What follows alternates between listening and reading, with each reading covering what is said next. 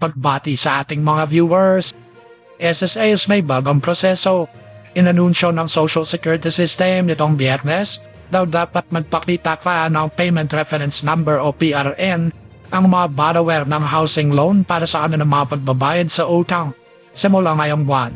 Sa isang pahayag, sinabi ng SSS na ang paggamit ng PRN ay magpapadali sa mga nangungutang sa pagbabayad ng kanilang mga housing loan at ipapaskil ito sa parehong araw sa kanilang mga loan accounts.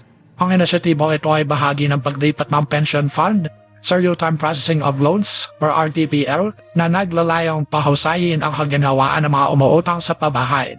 Sinabi ng Presidente at CEO ng SSS na si Mr. Rolando Ledesma Macasaet na ang RTPL ay nagbibigay daan sa real-time na pag-post ng mga pagbabayad sa housing loan sa mga individual na loan account.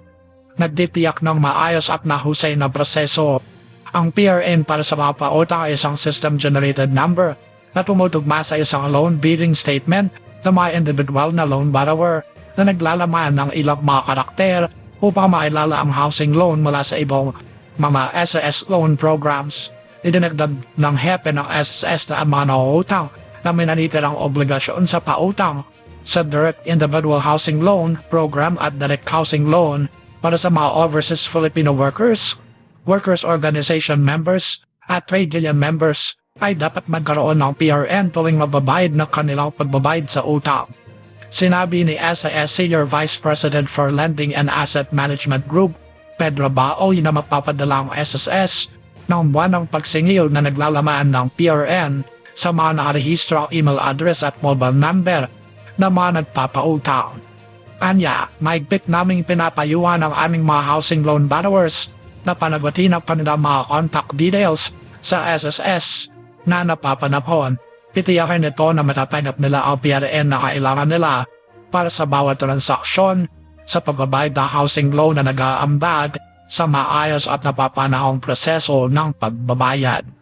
Dagdag pa niya, maaari ring makakuha ng PRN ang mga nauutang sa SSS Housing and Acquired Asset Management Department, SSS Investments Accounting Department, SSS Member Loans Department sa main office ng SSS sa Quezon City. Ipinaliwanag ni Mr. Baoy na ang mga mortgagor ay magkakaroon ng isang PRN para sa bawat natita ng SSS loan. Halimbawa ho, ang isang borrower ay may original na housing loan at isang house repair and improvement loan, makakakuha siya ng dalawang magkahiwalay na PRN para sa bawat loan. Sabi ng opisyal ng SSS. Sinabi pa niya na maaaring makuha ng mga nauutang ang PRN tuwing ika-10th araw ng buwan, kaya ang kanilang PRN para sa Hunyo 2024 ay nagawa na noong June 10. Sinabi ng opisyal ng SSS na sa sandaling mag-expire ang PRN, ang mga nanghihiram ay kailangan kuha ng bagong PRN na naglalaman ng past due at kasalukuyang halaga na binanggit na ang isang nag-expire na PRN ay hindi natatanggapin para sa pagbabayad. Iniulat din ng SSS na noong December 2023 ang SSS ay mayroong 3,744 na sangla na may mga kolektibong housing loan na nagkakahalaga sa 6.83 billion pesos.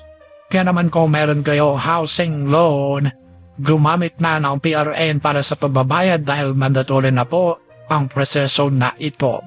Muli ito ang Senyor Balita, nag-aatid sa inyo ng mga balita at ito impormasyon.